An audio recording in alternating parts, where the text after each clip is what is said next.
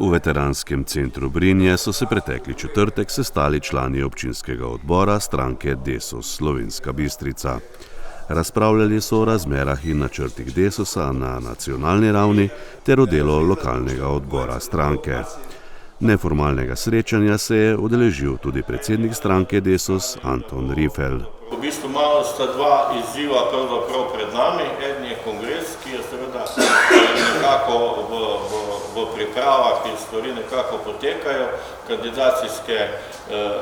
Kandidature za različna mesta v stranki so bile rok do 22.12. Jutri je kadrovska komisija, 3. Jutri bo zasedala kadrovska komisija, kjer bo pravzaprav začeli pripravljati tudi ta del. Zdaj vse aktivnosti počasi potekajo tudi v ozadju, tako da bomo videli, kako bo tudi, seveda se delajo odločilni dnevi v enem tednu, kako bo ta zadeva stekla naprej.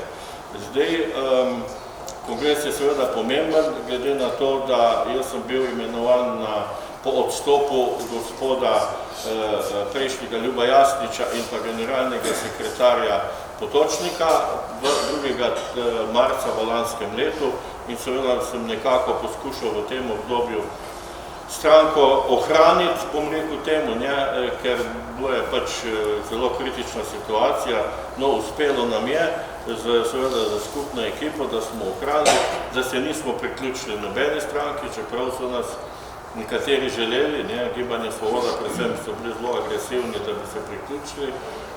Zdaj mogoče se v tem obdobju pač dokazuje, da ta ženitev najbrž ne bi bila dobra, ker nas ne bi bilo več, Gibanje Svoboda pa rating pada, skoraj tedensko. Tako da ta zgodba je pravzaprav prava in je prav, da smo šli po tej poti. Seveda nas čakajo še drugi izzivi. Evropske volitve, sklep sveta je bil, da gremo na evropske volitve. Že včeraj je bila komisija v Ljubljani okrog tega. Zdaj v tem trenutku je v igri še dr. Uroš Lipušček, poznate ga vsi novinarji iz televizije Ljubljana, komentator različnih dogodkov, kolikor poznamo ta zadevo, potuje po Sloveniji in predava v glavnem to, kar on obvlada, vojne v Izraelu, pa v Ukrajini, zdaj tudi kitajske razmere dobro vlada in tako naprej.